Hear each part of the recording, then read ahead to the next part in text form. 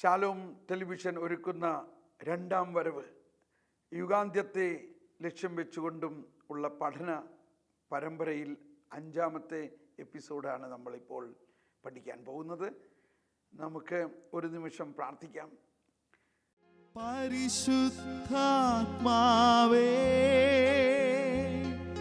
എന്നിൽ നിറയണമേ, നിറഞ്ഞു കവിയണമേ, കവിഞ്ഞൊഴുകണമേ. പുതിയൊരു ജനനം നൽകും പരിശുദ്ധാത്മാവേ, പുതിയൊരു ശക്തിയിലുണരാ കൃപ നീ ചൊരിയണമേ. പരിശുദ്ധാത്മാവേ,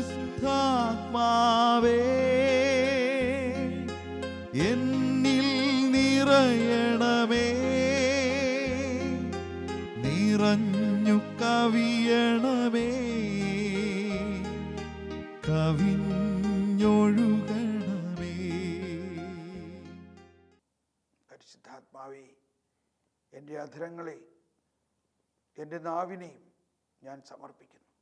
വിശുദ്ധ അന്തോണീസേ, അങ്ങ് ഇവയെല്ലാം പ്രഘോഷിച്ചതിനാൽ അഴുകാതെയിരുന്ന അങ്ങയുടെ നാവ് ഞങ്ങളെയും അനുഗ്രഹിക്കണേ. ഞങ്ങൾക്ക് വേണ്ടി പ്രാർത്ഥിക്കണമേ. വിശുദ്ധ അന്തോണീസേ, ഞങ്ങൾക്ക് വേണ്ടി പ്രാർത്ഥിക്കണമേ.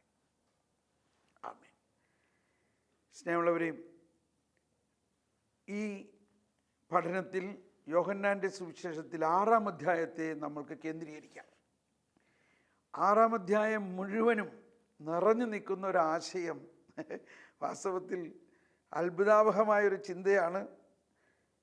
അന്ത്യവിധിയെക്കുറിച്ച്, അന്ത്യ ദിവസത്തെക്കുറിച്ചാണ് ഈശോ 3 പ്രാവശ്യം അവിടെ എടുത്തു പറയുന്നുണ്ട്. 6-ാം അധ്യായത്തിൽ 38-ാമത്തെ വചനത്തിൽ പറയുന്നത്, ഞാൻ സ്വർഗത്തിൽ നിന്ന് ഇറങ്ങി വന്നിരിക്കുന്നത് എൻ്റെ ഇഷ്ടം പ്രവർത്തിക്കാനല്ല. അതാണ് ഒരുപാട് സ്ഥലത്ത് ഈശോ പറയുന്ന ആശയമാണ്. എൻ്റെ പിതാവിൻ്റെ ഇഷ്ടം പ്രവർത്തിക്കുന്നതാണ് എൻ്റെ ഭക്ഷണം എന്ന് 4-ാം അധ്യായത്തിൽ പറയുന്നത് എല്ലാവരും കേട്ടിട്ടുള്ളതാണ്. എന്നെ അയച്ചവൻ്റെ ഇഷ്ടം നിറവേറ്റാനാണ്. എന്താണ് എൻ്റെ അയച്ചവൻ്റെ ഇഷ്ടം? ശ്രദ്ധിച്ചോളണം. അവിടുന്ന് എനിക്ക് നൽകിയവരിൽ ഒരുവനെ പോലും ഞാൻ നഷ്ടപ്പെടുത്താതെ അന്ത്യദിനത്തിൽ ഉയർപ്പിക്കണമെന്നതാണ് എന്നെ അയച്ചവൻ്റെ ഇഷ്ടം. പുത്രനെ കാണുകയും അവനിൽ വിശ്വസിക്കുകയും ചെയ്യുന്നവൻ ആരോ അവന് നിത്യജീവൻ ഉണ്ടാകണമെന്നതാണ് എൻ്റെ പിതാവിൻ്റെ ഇഷ്ടം. അന്ത്യദിനത്തിൽ അവനെ ഞാൻ ഉയർപ്പിക്കുകയും ചെയ്യും. ഞാൻ വീണ്ടും അന്ത്യദിനം എന്ന് പറഞ്ഞേക്കുന്ന കാര്യങ്ങളെല്ലാം വായിക്കണ്ട. ഇവിടെ 2 പ്രാവശ്യം പറഞ്ഞു കഴിഞ്ഞു. വീണ്ടും 44-ാമത്തെ വചനത്തിൽ പറയുകയാണ്, എന്നെ അയച്ച പിതാവ് ആകർഷിച്ചാലല്ലാതെ ഒരുവനും എൻ്റെ അടുക്കലേക്ക് വരാൻ സാധിക്കുകയില്ല. അന്ത്യദിനത്തിൽ അവനെ ഞാൻ ഉയർപ്പിക്കും. അവരെല്ലാവരും ദൈവത്താൽ പഠിപ്പിക്കപ്പെട്ടവരാകും എന്ന പ്രവാചക ഗ്രന്ഥത്തിൽ എഴുതപ്പെട്ടിരിക്കുന്നു. ഇനി വീണ്ടും 6-ാമത്, എൻ്റെ രക്തം പാനം ചെയ്യുകയും ചെയ്യുന്നവന് നിത്യജീവനുണ്ട്. അവസാന ദിവസം, അന്ത്യദിനം, ഞാൻ അവനെ ഉയർപ്പിക്കും. എന്തെന്നാൽ എൻ്റെ ശരീരം യഥാർത്ഥ ഭക്ഷണമാണ്, എൻ്റെ രക്തം യഥാർത്ഥ പാനീയമാണ്. എൻ്റെ ശരീരം ഭക്ഷിക്കുകയും എൻ്റെ രക്തം പാനം ചെയ്യുകയും ചെയ്യുന്നവൻ എന്നിലും ഞാൻ അവനിലും വസിക്കുന്നു. ജീവിക്കുന്നവനായ പിതാവ് എന്നെ അയച്ചു. ഞാൻ പിതാവ് മൂലം ജീവിക്കുന്നു, അതുപോലെ എന്നെ ഭക്ഷിക്കുന്നവൻ ഞാൻ മൂലം ജീവിക്കും.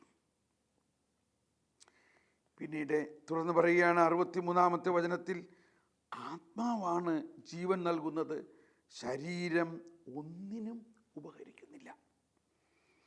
സ്നേഹമുള്ളവരെയും, എന്നിട്ട് പറയുകയാണ്, ഞാൻ നിങ്ങളോട് പറഞ്ഞ വചനങ്ങൾ ആത്മാവും ജീവനുമാണ്. ആത്മാവും ശരീരവുമാണെന്നല്ല, ആത്മാവും ജീവനുമാണ്. അപ്പോൾ ഇത് എല്ലാം നമ്മളെ പഠിപ്പിക്കുന്നത്, ഇതിൻ്റെ ആരംഭത്തിൽ ഈശോ വലിയൊരു ജനാവലി അവനെ തേടി വന്നു. ഈശോ എന്നിട്ട് ആദ്യം അവതരിപ്പിക്കുന്നത് അവരെല്ലാവർക്കും അപ്പം കൊടുക്കുന്നതാണ്. ഈശോ അപ്പസ്തോലന്മാരോട് ചോദിച്ചു, ഇവർക്ക് ഭക്ഷണം കൊടുക്കണം. അപ്പോൾ ഫിലിപ്പോസും കൂട്ടരും പറഞ്ഞു, ഇത്രയോ ആളുകൾക്ക് കുറച്ചെങ്കിലും ഭക്ഷണം കൊടുക്കണമെങ്കിൽ ഒരു 200 ദേനാറായെങ്കിലും വേണം. ഈശോ ഇത് പറഞ്ഞത്, ഈശോ എന്താണ് ചെയ്യാനിരിക്കുന്നത് ഈശോന് അറിയാമായിരുന്നു. അപ്പോൾ അന്ത്രയോസ് വന്നിട്ട് പറയാൻ, ഇവിടെ ഒരു കുട്ടിയുണ്ട്, ഒരു കുട്ടി, അവൻ്റെ കയ്യിൽ 5 അപ്പവും 2 മത്സ്യവും ഉണ്ട്. ഇതെല്ലാം വലിയ ആശയങ്ങൾ പ്രപഞ്ചം ഒളിഞ്ഞിരിക്കുന്നതാണ് ഈ വാക്കുകൾ. സ്നേഹമുള്ളവരെ, ആ ഒരു കുട്ടി ആണ് ഇത്രയും വലിയ ജനാവലിക്ക് വേണ്ടി വിശപ്പ് അടക്കുന്നതിനുള്ള അപ്പം കൊടുക്കാൻ നിമിത്തമായത്. ഒരു കുട്ടി. ഓക്കെ, അത് വേറൊരു ചിന്താ വിഷയമാകേണ്ട കാര്യമാണ്. നമ്മുടെ വിഷയം യുഗാന്ത്യത്തെ ലക്ഷ്യം വെച്ചുകൊണ്ടും, അപ്പോൾ ഈശോ ഇവിടെ നൽകുന്ന പ്രബോധനങ്ങളെല്ലാം, ഈശോയുടെ പ്രഘോഷണം മുഴുവനും വാസ്തവത്തിൽ ദൈവത്തിൻ്റെ മഹത്വം വെളിപ്പെടുത്തുന്നതിനും അത് അനുഭവിക്കുന്നതിനും നമ്മളെ യോഗ്യരാക്കുന്ന യുഗാന്ത്യത്തെ ലക്ഷ്യം വെച്ചുകൊണ്ടാണ്. എന്താണ് ഈ ശരീരം കൊണ്ട് ഒരു പ്രയോജനമില്ല എന്ന് പറയുന്നതിൻ്റെ അർത്ഥം എന്താ?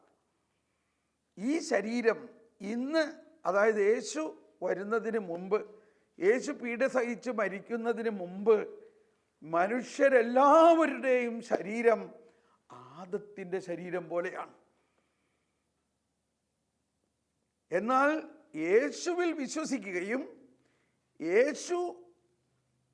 യേശു ആ ആദത്തിൻ്റെ പാപത്തിന് പരിഹാരം ചെയ്ത്, ഇതുണ്ടോ, ആദിപിതാവാമാദത്തിൻ പാപം മൂലം ഭൂലോകം മൃതിയുടെ പിടിയിലമർന്നഴലിൽ നടുവിൻ താണു നരവംശം.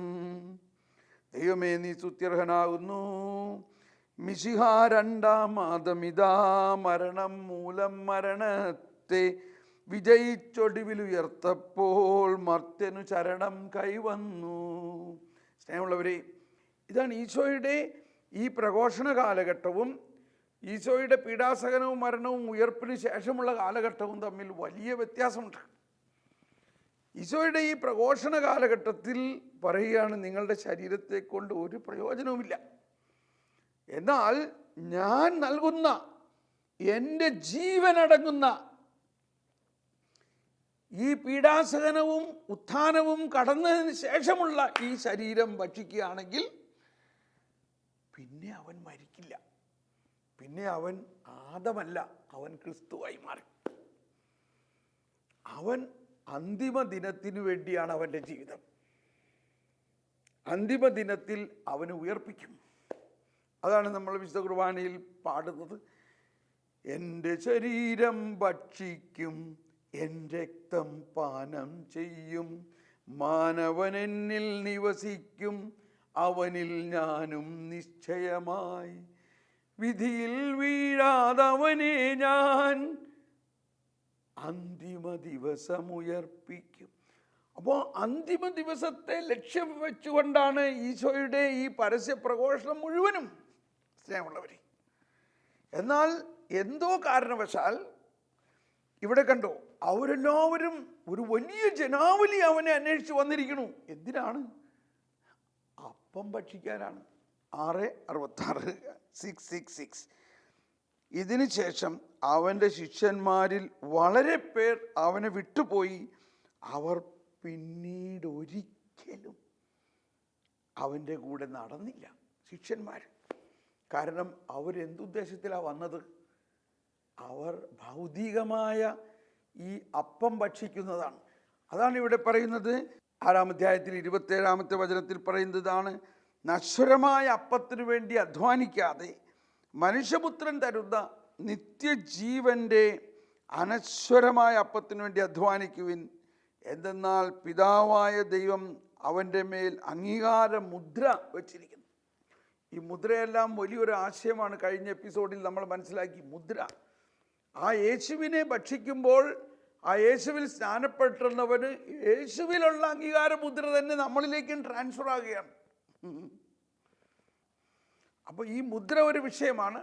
എന്നാൽ ഇപ്പോൾ നമ്മൾ ചിന്തിക്കേണ്ടത് ഈശോയുടെ വചനപ്രഘോഷണം മുഴുവനും യുഗാന്ത്യത്തെ ലക്ഷ്യം വെച്ചുകൊണ്ടാണെന്നും മഹത്വത്തെ ലക്ഷ്യം വെച്ചുകൊണ്ടാണെന്നും. ഈശോയിൽ വിശ്വസിക്കുന്നവൻ മഹത്വത്തിലാണ്. ആ മഹത്വമാണ് അന്ത്യദിനത്തിൽ നമ്മൾക്ക് ദൈവം തരുന്നത്, മഹത്വത്തിലുള്ള പങ്കാളിത്തം. മഹിമയുടെ അന്തിമ വിധി നാളിൽ കർത്താവേ നീ അണയുമ്പോൾ കരുണയുടെ എന്നെ നിർത്തണമേ, നല്ലവരൊത്തു വലമ്പാകി. മഹത്വമാണ്. ഈ മഹത്വമാണ് യോഹന്നാന്റെ സുവിശേഷത്തിൽ 1-ാം അധ്യായത്തിൽ തന്നെ പറയുന്നത്. എന്താ പറയുന്നത്? വചനം മാംസമായി നമ്മളോടൊത്തു വസിച്ചു, നമ്മൾ അവൻ്റെ മഹത്വം ദർശിച്ചു. അപ്പോൾ ഇവിടെ ഭയങ്കര ഒരു കാര്യമാണ്. ഈ ദൈവത്തിൻ്റെ മഹത്വം പഴയ നിയമത്തിൽ ആർക്കും ഈ പുതിയ നിയമത്തിലെ പോലെ വെളിപ്പെടുത്തി കൊടുത്തിട്ടില്ല. അത് അവരുടെ കുറ്റമല്ല. ദൈവത്തിൻ്റെ രക്ഷാകര പദ്ധതിയുടെ ആ ക്രോണോളജിക്കൽ സമയാസ്പദമായ പൂർത്തീകരണം അനുസരിച്ച് ദൈവം മനുഷ്യനായി അവതരിക്കുമ്പോൾ മാത്രമേ മഹത്വം വെളിപ്പെടുകയുള്ളൂ. ആ മഹത്വം ദൈവപുത്രനായ രണ്ടാമാദം മനുഷ്യനായി അവതരിച്ചുകൊണ്ട് ആദത്തിൻ്റെ മക്കളായ മനുഷ്യരെ മുഴുവനും അവൻ്റെ ശരീരവും രക്തവും നൽകിക്കൊണ്ട് ഈ ആദത്തിൻ്റെ ശരീരത്തിൻ്റെ അവസ്ഥ മാറ്റി ക്രിസ്തുവിൻ്റെ ശരീരമാക്കി അവരെ മാറ്റുന്നു. അതുകൊണ്ടാണ് ഈശോ പറഞ്ഞത്, ഈ ശരീരത്തെ കൊണ്ട് ഒരു പ്രയോജനവുമില്ല. ഞാൻ തരുന്ന ശരീരം എൻ്റെ ശരീരം ഭക്ഷിക്കും, എൻ്റെ രക്തം പാനം ചെയ്യും, മാനവൻ എന്നിൽ നിവസിക്കും, അവനിൽ ഞാനും. ഇപ്പോൾ അവൻ ആരായി? അവനിലുള്ള ആദം എന്ന വ്യക്തി മാറി, അവൻ ക്രിസ്തുവായി മാറി. അവൻ ക്രിസ്തുവായി മാറിയിരിക്കുന്നത് കൊണ്ട് ദൈവത്തിൻ്റെ മഹത്വം അവൻ ഇവിടെ വെച്ച് തന്നെ അണിഞ്ഞിരിക്കുന്നു. അങ്ങനെ ആ ക്രിസ്തുവിൽ വിശ്വസിക്കുകയും ക്രിസ്തുവിൻ്റെ പാപമോചനത്തിലൂടെയുള്ള ആ കൃപ അവൻ ലഭിക്കുകയും ചെയ്തു കഴിയുമ്പോൾ അവൻ ഇനിമേൽ ആദത്തിൻ്റെ മകനല്ല, അവൻ ദൈവപുത്രനാണ്, ക്രിസ്തുവാണ്, മറ്റൊരു ക്രിസ്തുവാണ്. അപ്പോൾ ആദം മൂലം വന്ന ആ പാപത്തിന് ആദിപിതാവാമാദത്തിൻ പാപം മൂലം ഭൂലോകം മൃതിയുടെ പിടിയിൽ അമർന്നഴലിൽ നടുവിൽ താണു നരവംശം. നരവംശം മുഴുവനും ഈ ആദിപിതാവായ ആദത്തിൻ്റെ പാപം മൂലം വികലമായി എങ്കിൽ വിഷമിക്കേണ്ട. ക്രിസ്തു വന്നത് ആദം മൂലമുണ്ടായ പാപത്തെയും അതിൻ്റെ പ്രത്യാഘാതങ്ങളെയും മുഴുവനും, അതിലുണ്ടായ ശാപവും ശിക്ഷയും എല്ലാം ഏറ്റെടുത്തുകൊണ്ട് മിശിഹ രണ്ടാം ആദമിതാ മരണം മൂലം മരണത്തെ വിജയിച്ചൊടിവിൽ ഉയർത്തപ്പോൾ മർത്യന് ശരണം കൈവന്നു. സ്നേഹമുള്ളവരെ, ഇതാണ് നമ്മുടെ വിശ്വാസം. ഇതിപ്പോൾ വിശ്വസിക്കുമ്പോൾ തന്നെ അന്ത്യദിനത്തിൽ ഉയർപ്പിക്കുന്നതിൻ്റെ ആ സന്തോഷം നമ്മുടെ ഹൃദയത്തിൽ ഇപ്പോൾ തുടിക്കണം. അതുകൊണ്ടാണ് സ്വർഗരാജ്യത്തിലുള്ള വിശ്വാസത്തോടുകൂടി കർത്താവ് ശോഭിച്ചായുടെ ശരീരവും രക്തവും സ്വീകരിക്കാൻ തിരുസഭ നമ്മൾ ക്ഷണിക്കുന്നു. സ്വർഗരാജ്യത്തിലുള്ള ഈ വരാനിരിക്കുന്ന നിത്യജീവൻ്റെയും അനന്തതയുടെയും മഹത്വത്തിൻ്റെയും രണ്ടാം വരവിലും യുഗാന്ത്യത്തിലും ഉള്ള വിശ്വാസത്തോടെയാണ് നമ്മൾ ആൽഫായും ഒമേഗായും തന്നെയാണ് ഇപ്പോൾ നമ്മൾ സ്വീകരിക്കുന്നത്. ഈ ആൽഫായും ഒമേഗായും തന്നെയാണ് അന്ത്യദിനത്തിൽ നമ്മൾ ഉയർപ്പിക്കുന്നത്. Praise the Lord. അപ്പോൾ ഇതാണ് വാസ്തവത്തിൽ വെള്ളം വീഞ്ഞാക്കി എന്നതിൻ്റെ അർത്ഥം. അതുകൊണ്ടാണ് വെള്ളം വീഞ്ഞാക്കിയത് അവരെ വീഞ്ഞ് കുടിപ്പിക്കാനൊന്നുമല്ല. അവിടെ എന്താ പറഞ്ഞിരിക്കുന്നത്? 2-ാം അധ്യായത്തിൽ 11-ാം വചനം പറയുകയാണ്, യേശു തൻ്റെ മഹത്വം വെളിപ്പെടുത്തുന്നതിനെ പ്രവർത്തിച്ച അടയാളങ്ങളുടെ ആരംഭമാണത്. അതിൻ്റെ അവസാനമോ? അതിൻ്റെ അവസാനം യേശുവിൻ്റെ രണ്ടാം വരവാണ്. യേശുവിൻ്റെ രണ്ടാം വരവിൽ ആ യുഗാന്ത്യത്തിലാണ് യേശുവിൻ്റെ മഹത്വം പൂർണ്ണമായിട്ട് വെളിപ്പെടുന്നത്. എന്നാൽ ആ മഹത്വത്തിൻ്റെ മുൻ ആസ്വാദനം ഇപ്പോൾ തന്നെ നമുക്ക് ലഭിക്കുന്നു. ആ യേശുവിൻ്റെ രണ്ടാം വരവിൽ ഈ ആദം മൂലം വന്ന സകല പാപാവസ്ഥകളിൽ നിന്നും മനുഷ്യവംശത്തെ മുഴുവനും മോചിപ്പിച്ച് മനുഷ്യവംശത്തെ മുഴുവനും പുതിയ സൃഷ്ടിയായി മാറ്റിക്കൊണ്ട് പിതാവിനെ വിജയാഹ്ലാദത്തോടെ സമർപ്പിക്കുന്നു. ശരീരം ഉയർപ്പിച്ച് പുതിയ ശരീരത്തോടു കൂടി. അതാണ് രാജകുമാരി സ്വർണക്കശ ഉടയാട ചാർത്തി അന്തഃപൂരത്തിൽ ഇരിക്കുന്നു, വർണ്ണശബളമായ അങ്കിയണിയിച്ചവളെ രാജസന്നിധിയിലേക്ക് ആനയിക്കുന്നു. അതായത് സഭ ഉയർത്തെഴുന്നേറ്റ ആ ശരീരത്തോടു കൂടി എല്ലാവരും, അതാണ് എൻ്റെ പിതാവിനെ അയച്ചിരിക്കുന്നത് എന്തിനാണെന്നാണ് പറയുന്നത്. യോഹന്നാൻ 6:39 ഒരുവനെ പോലും ഞാൻ നഷ്ടപ്പെടുത്താതെ, സ്നേഹമുള്ളവരെ, ഒരുവനെ പോലും നഷ്ടപ്പെടുത്താതെ. അപ്പൊ നമുക്കറിയില്ല ആരാണ് നരകത്തിൽ പോകുന്നതെന്ന്. പക്ഷെ നരകമുണ്ട്.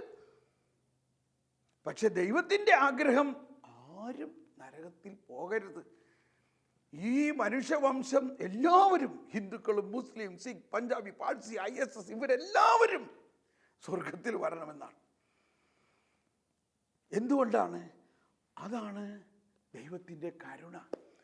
അതുകൊണ്ടാണ് ഈശോ വന്നിട്ട് പറഞ്ഞത് ഇതാണ്, ഞാൻ വന്നിരിക്കുന്നത് നീതിമാന്മാരെ തേടിയല്ല, പാപികളെ തേടിയാണ്. സ്വർഗം തുറന്നത് ആർക്ക് വേണ്ടിയാണ്? പാപികൾക്ക് വേണ്ടിയാണ്. ആ പാപികൾ സ്വർഗത്തിലേക്ക് കയറ്റുന്നത് എങ്ങനെയാണ്? ഒരു ഇടയൻ ആടിനെ അന്വേഷിച്ചു പോകുന്ന പ്രതീകമാണ് പറയുന്നതെല്ലാം. നമ്മൾ ഈ കരുണയുടെ വർഷത്തിൻ്റെ സിംബോൾ അത് തന്നെയാണ്. ലോകം ആട് സാധാരണഗതിയിൽ ഒരു ഇസ്രായേലിൻ്റെ കൃഷിയാണ് ആട് കൃഷി. അതുപോലെ തന്നെ വേറൊരു കൃഷിയാണ് മുന്തിരി കൃഷി. ഇത് രണ്ടുമാണ് അതുകൊണ്ട് ഈശോ പ്രതീകങ്ങളായിട്ട് ഉപയോഗിക്കുന്നത്. അപ്പോൾ വലിയ വലിയ ഫരിസേയരുടെ വീട്ടിൽ ഒരുപാട് ആടുകളുണ്ട്. അതിനുവേണ്ടി ഇടയന്മാരെ വെച്ചിട്ടുണ്ട്. ഈ ഇടയൻ ആടുകളെയും കൊണ്ട് പച്ചപ്പുല്ലുള്ള സ്ഥലത്തേക്ക് പോകും. ഇടയ്ക്ക് മരുഭൂമിയാണ്. അവിടെ പോയി ആടിന് തീറ്റ കൊടുക്കുന്ന സമയത്ത് ചില ആടുകൾ വഴിതെറ്റിപ്പോകും. പോയി കഴിഞ്ഞാൽ ഇവർക്ക് തിരിച്ചു വരാൻ പറ്റില്ല. അവരെവിടെയെങ്കിലും മുള്ളുകളുടെ ഇടയിൽ കുടുങ്ങി വീഴും, അല്ലെങ്കിൽ കുഴിയിൽ വീഴും. അങ്ങനെ ആടിനെ കൊണ്ട് മടങ്ങി വരുമ്പോൾ എണ്ണി നോക്കിയപ്പോൾ എന്താ, 99 ആടേ ഉള്ളൂ. ഒരാടിനെ കാണാനില്ല. 99 ആടിനെയും മരുഭൂമിയിൽ വിട്ടിട്ട് വഴിതെറ്റിപ്പോയ ആടിനെ തേടി ഇടയൻ നടന്നു. കണ്ടുകിട്ടുവോളം നടന്നു. കണ്ടുകിട്ടിയപ്പോൾ ഈ ആടിനെ വാത്സല്യത്തോടെ പൊക്കി തോളിലേറ്റുന്നു. അപ്പോൾ ഈശോ ആ ഉപമയാണ് എടുക്കുന്നത്. ഞാൻ വന്നിരിക്കുന്നത് വഴിതെറ്റിപ്പോയതിനെ, വീണതിനെ, പാപികളെ കണ്ടെടുത്ത് അവരെ ശിക്ഷിക്കാനല്ല, അവരെ രക്ഷിക്കാൻ. അവരെ ഞാൻ തോളിലേറ്റും. ഒരു പാപിയെ തോളിലേറ്റും എന്ന് പറഞ്ഞാൽ ഈശോയുടെ ആ അവസ്ഥയിലേക്ക് ഉയർത്തുന്നു. ദൈവമകൻ്റെ അവസ്ഥയിലേക്ക് ഉയർത്തുന്നു. അവനിനി പാപിയല്ല, അവനെ കണ്ടെത്തിയിരിക്കുന്നു. അവനെ ഞാൻ രക്ഷിക്കും, അവന് ജീവൻ നൽകി രക്ഷിക്കും. അതേസമയത്ത് ഫരിസേയരും നിയമജ്ഞരും പാപിയെ ജീവൻ എടുത്ത് കൊല്ലും. അതിൻ്റെ ഓപ്പോസിഷനായിട്ടാണ് ഇത് വരുന്നത്. അപ്പോൾ ആ പഴയ നിയമ അവസ്ഥ ഫരിസേയരുടെയും നിയമജ്ഞരുടെയും ആ അവസ്ഥയിൽ നിന്നും കംപ്ലീറ്റ് വിരുദ്ധമായിട്ട് പാപിയെ അന്വേഷിച്ച് തേടി രക്ഷിച്ച് ഒരുവൻ പോലും നഷ്ടപ്പെടുത്താതെ, ഒരുവനെ പോലും നഷ്ടപ്പെടുത്താതെ, ഇതാണ് ദൈവത്തിൻ്റെ ലക്ഷ്യം. അപ്പോൾ ഇവിടെ നമ്മൾ മനസ്സിലാക്കേണ്ടത്, എന്തിനാണ് ദൈവം ഇങ്ങനെ ചെയ്യുന്നത്? എന്തുകൊണ്ടാണ് ഈ പാപമുണ്ടായത്? ഇവിടെയാണ് ഈശോ പറയുന്നത്. ഫരിസേയരോട് തന്നെ ഈശോ പറയുന്നുണ്ട്. പാപികളെ കല്ലെറിയുന്ന ഫരിസേയരോട് പറയുകയാണ്. മലയാളത്തിൽ ആ വാക്ക് അത്ര നല്ല രീതിയിലല്ല നമ്മൾ മനസ്സിലാക്കുന്നത്. പലപ്പോഴും വളരെ ഒരു ഭാഷയുടെ വാക്കുകളുടെ കുറവുകൊണ്ടായിരിക്കാം, അല്ലെങ്കിൽ ട്രാൻസ്ലേഷനിലുള്ള പ്രയാസങ്ങളാണ്. അണലി പാമ്പിൻ പൈതങ്ങളെ, അണലി സന്തതികളെ എന്ന് ഫരിസേയരെ കുറ്റപ്പെടുത്തുന്നതല്ല ഈശോ. ഒരു വാസ്തവം പറയുകയാണ്. അണലിപ്പാമ്പിൻ സന്തതികളെ, അല്ലെങ്കിൽ അണലിപ്പാമ്പിൻ കുഞ്ഞുങ്ങളെ, നിങ്ങൾക്ക് എങ്ങനെ നന്മ ചെയ്യാൻ പറ്റും? അതായത് പാമ്പും കുഞ്ഞിൻ്റെ അകത്ത് വിഷം വന്നത് ആ കുഞ്ഞിൻ്റെ കുറ്റമാണോ? പാമ്പും കുഞ്ഞിൻ്റെ അകത്ത് വിഷം വന്നത് പൈതൃകമായിട്ട് വന്നതാണ്. അതിൽ നിന്നും ആ പാമ്പും കുഞ്ഞിനെ സ്വയം രക്ഷപ്പെടുക സാധ്യമല്ല. അതാണ് ഈശോ പറയുന്നത്, അണലി സന്തതികളെ, നിങ്ങൾക്ക് നന്മ ചെയ്യാൻ എങ്ങനെ കഴിയും? എന്നിൽ വിശ്വസിക്കുക. എന്നിൽ വിശ്വസിക്കുന്നില്ലെങ്കിൽ നിങ്ങളെല്ലാവരും നിങ്ങളുടെ പാപത്തിൽ നശിക്കും എന്ന് പറയുന്നതിൻ്റെ അർത്ഥം, നിങ്ങളിൽ പാപം വന്നത് നിങ്ങളുടെ കുറ്റമല്ല, മറിച്ച് പൈതൃകമായിട്ട് ഉത്ഭവപാപത്തിലൂടെ വന്നതാണ്. അത് മാറ്റാൻ വേണ്ടിയാണ് ദൈവം തൻ്റെ മകനെ തന്നെ രക്ഷകനായി അയച്ചിരിക്കുന്നത്. അവൻ അതിന് പരിഹാരം ചെയ്തത് മാറ്റും. ഇത് വളരെ പോസിറ്റീവായിട്ട് നമ്മൾ മനസ്സിലാക്കിയാൽ മാത്രമേ നമുക്ക് ഈ രക്ഷയുടെ ഈ യുഗാന്ത്യപരമായ അനുഭവത്തിൻ്റെ ഈ വെള്ളം വീഞ്ഞാകുന്നു, വെള്ളം ആദത്തിൻ്റെ പ്രതീകമാണ്. വെള്ളം ആദ്യ സൃഷ്ടിയാണ്. ആ ആദ്യ സൃഷ്ടിയായ വെള്ളത്തെ യേശുവാകുന്ന രണ്ടാം ആദം, യേശുവാകുന്ന പുതുവീഞ്ഞ് ആക്കി മാറ്റും. ഇവിടെ മനസ്സിലാക്കേണ്ടത്, വെള്ളത്തിൽ ഒരു തുള്ളി വീഞ്ഞ് വെള്ളത്തിൽ ചേർക്കുകയാണെങ്കിൽ വെള്ളത്തിൻ്റെ മോളിക്യൂൾസ് മാറും. വെള്ളത്തിൻ്റെ മോളിക്യൂൾസ് H2 ആണ്, വീഞ്ഞിൻ്റെ മോളിക്യൂൾസ് CH3 CH2OH. ഇത്രയും വലിയ ഒരു രൂപാന്തരീകരണം നടത്തി മനുഷ്യവംശത്തെ മുഴുവനും വീണ്ടെടുക്കുന്നത്, അതാണ് ദൈവത്തിൻ്റെ മഹത്വം. ആദത്തിൻ്റെ പാപം മൂലം വന്ന പിഴ നമ്മുടെ ലത്തീൻ ആരാധനാക്രമത്തിൽ ഈസ്റ്റർ നൈറ്റിൽ പാടുന്ന എക്സോൾട്ടഡ്, അതായത് ആഹ്ലാദഗീതം ഇങ്ങനെയാണ്: ആദത്തിൻ പിഴ കാരണമായി മർത്യന് വന്ന കടം വീട്ടാൻ ക്രിസ്തു നമുക്കായി തൻ രക്തം ചിന്തിയൊഴിച്ച ശിക്ഷകളും. ആദത്തിൻ പിഴ കാരണമായി മർത്യനു വന്ന കടം വീട്ടാൻ ക്രിസ്തു നമുക്കായി തൻ രക്തം ചിന്തിയൊഴിച്ച ശിക്ഷകളും. തുടർന്ന് ആകയാൽ രക്ഷകൻ ആഗമിക്കാൻ ഹേതുവാം പാപമേ ഭാഗ്യപൂർണം. ഇതാണ് വലിയ ഒരു രഹസ്യം. പാപത്തെ നമ്മൾ മനസ്സിലാക്കേണ്ടത് ഒരു വികലമായ അർത്ഥത്തിലല്ല. പാപം ഉണ്ടാകാൻ തന്നെ കാരണമായത് എങ്ങനെയാണെന്ന് മനസ്സിലാക്കണം. ആദിമാതാപിതാക്കൾ പാപം ചെയ്യാൻ കാരണമായത് പിശാചിൻ്റെ പ്രലോഭനത്തിലൂടെ എന്ന് മാത്രമല്ല, എങ്ങനെ ഈ പിശാച് ഏദേൻ തോട്ടത്തിൽ കയറി. ഇവിടെ സഭയുടെ പ്രബോധനത്തിൽ കാറ്റക്കിസത്തിൽ 412 ഖണ്ഡികയിൽ പറയുന്നൊരു കാര്യം ഇതാണ്: എന്തുകൊണ്ടാണ് ആദ്യ മനുഷ്യൻ പാപം ചെയ്യുന്നതിൽ നിന്ന് ദൈവം തടയാതിരുന്നത്? ദൈവത്തിൻ്റെ മുമ്പിൽ വെച്ചിട്ടല്ലേ പാപം ചെയ്തത്. എന്തുകൊണ്ട് ദൈവം അവനെ തടഞ്ഞില്ല?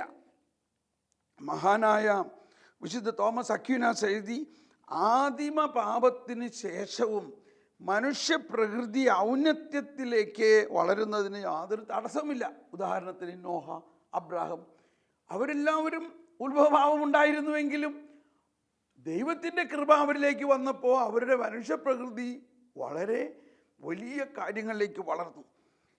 ഇനി പറയുകയാണ്, തിന്മ സംഭവിക്കാൻ ദൈവം അനുവദിക്കുന്നത്. ഇത് തന്നെ നമുക്ക് അക്സെപ്റ്റബിൾ അല്ല. ജനറലി നമ്മൾ അധികവും സ്വീകരിക്കുന്നില്ല. തിന്മ ദൈവം അനുവദിക്കുന്നുവോ? ദൈവം അറിയാതെ ഒന്നും സംഭവിക്കുന്നില്ല. ആദം ഏദേൻ തോട്ടത്തിൽ ദൈവത്തിൻ്റെ മുമ്പിൽ വെച്ചത് ചെയ്തപ്പോൾ ദൈവം ഇത് അനുവദിച്ചത് അതിൽ നിന്ന് തന്നെ മഹത്തരമായ നന്മ പുറപ്പെടുവിക്കുന്നതിന് വേണ്ടിയാണ്. അതാണ് വിശുദ്ധ പൗലോസ് പറയുന്നത്, പാപം വർദ്ധിച്ചിടത്ത് കൃപ അതിലേറെ വർദ്ധിക്കുന്നു. റോമൻ ആരാധനാക്രമത്തിലെ ആഹ്ലാദഗീതത്തിൽ നാം ഇങ്ങനെ ആലപിക്കുന്നു: ഭാഗ്യകാരണമായ അപരാധമേ, ഇത്ര മഹാനായ രക്ഷകൻ നീ ഞങ്ങൾക്ക് നേടിത്തന്നല്ലോ. ആകയാൽ രക്ഷകൻ ആഗമിക്കാൻ ഹേതുവാം പാപമേ ഭാഗ്യപൂർണം. അപ്പം ഇത്രയും നമ്മൾ മനസ്സിലാക്കുമ്പോൾ ഈ ഉത്ഭവപാപ സമയത്തും ദൈവത്തിൻ്റെ മഹത്വം അവിടെ ഉണ്ടായിരുന്നു. ഉത്ഭവപാപം ചെയ്ത ആദത്തെയും ഹവ്വയെയും ദൈവം ശിക്ഷിച്ചില്ല. നമ്മൾ പലപ്പോഴും ചിന്തിക്കുന്നത് ദൈവം ശിക്ഷിച്ചു എന്നാണ്. ഇത് അടുത്ത എപ്പിസോഡിൽ നമ്മൾ അതിനെക്കുറിച്ച് മനസ്സിലാക്കാം. നമുക്ക് ആ മഹത്വം ഈശോയിലൂടെ വന്നു കഴിഞ്ഞിരിക്കുന്നുവെന്നും ആ മഹത്വം ജ്ഞാനസ്നാനത്തിലൂടെയും സ്ഥൈര്യലേപനത്തിലൂടെയും വിശുദ്ധ കുർബാനയിലൂടെയും നമ്മളിൽ നിറഞ്ഞിരിക്കുന്നുവെന്നും അന്ത്യദിനത്തിനായിട്ട് നമ്മളെ ഈശോ ഒരുക്കി കഴിഞ്ഞിരിക്കുന്നു. വിശ്വസിക്കുക, ഒരുക്കി കഴിഞ്ഞിരിക്കുന്നു. യേശുക്രിസ്തുവിനോട് ഐക്യപ്പെട്ടിരിക്കുന്ന നമുക്ക് ഇനി ശിക്ഷാവിധിയില്ല. ആ ഐക്യത്തിൽ നമ്മൾ നിലനിൽക്കണം, വിടരുത്. അതുകൊണ്ടാണ് ഈശോ തന്നെ പറയുന്നത്, എൻ്റെ ആടുകളെ ആരും എൻ്റെ കയ്യിൽ നിന്നും പിടിച്ചെടുക്കുകയില്ല. യോഹന്നാൻ 10:27-28. എൻ്റെ ആടുകളെ ആരും എൻ്റെ കയ്യിൽ നിന്നും പിടിച്ചെടുക്കുകയില്ല. നമ്മൾ യേശുവിനെ വിടുന്നുമില്ല, യേശു നമ്മളെയും വിടുകയില്ല. അതുകൊണ്ടാണ് ഈശോ പറയുന്നത്, പിതാവേ, അങ്ങ് എന്നിലും ഞാൻ അങ്ങിലുമായിരിക്കുന്നത് പോലെ ഇവർ നമ്മളിലായിരിക്കണേ. ഞാൻ നിന്നിലും നീ എന്നിലും, നിന്നിൽ ഞാനുമേ എന്നിൽ നീ ഇങ്ങനേനാ. സ്നേഹമുള്ളവരെ, നമുക്ക് പ്രാർത്ഥിക്കാം. ഈ യുഗാന്ത്യത്തിൻ്റെ മഹത്വം നമ്മുടെ അവകാശമാണ്. ആരും അതിൽ നിന്ന് നമ്മളെ അകറ്റാൻ പറ്റില്ല. നമ്മൾ ദൈവത്തോടൊപ്പം ആണ്. നമ്മൾ യേശുവിൽ വിശ്വസിക്കുന്നത് കൊണ്ടും യേശുവിൽ സ്നാനപ്പെട്ടിരിക്കുന്നത് കൊണ്ടും യേശുവിൻ്റെ ശരീരരക്തം ഭക്ഷിക്കുന്നത് കൊണ്ടും നമ്മൾ യേശുവിൽ ആണ്. ഓ ദൈവമേ, ശരീരത്തെ കൊണ്ടൊരു പ്രയോജനവുമില്ല. ആത്മാവാണ് ജീവൻ നൽകുന്നത്. ആ ജീവൻ അനന്തമാണ്. അതിപ്പോൾ തന്നെ ഞങ്ങൾക്ക് അനുഭവമായിരിക്കുന്നു. ഈ വിശ്വാസത്തോടെ ഇനി മുതൽ ദിവ്യകാരുണ്യത്തിൽ പങ്കുചേരാനും അത് സ്വീകരിക്കാനും ഞങ്ങൾക്ക് കൃപ നൽകണമേ. ഞങ്ങൾ അങ്ങയോടൊപ്പം അങ്ങയുടെ വലതുഭാഗത്ത് ഞങ്ങൾക്ക് വേണ്ടി യുഗങ്ങളുടെ ആരംഭത്തിൽ തന്നെ, ലോകസ്ഥാപനത്തിന് മുമ്പ് തന്നെ ഒരുക്കിയിരിക്കുന്ന ആ രാജ്യം ഞങ്ങൾ സ്വന്തമാക്കും. ആമേൻ.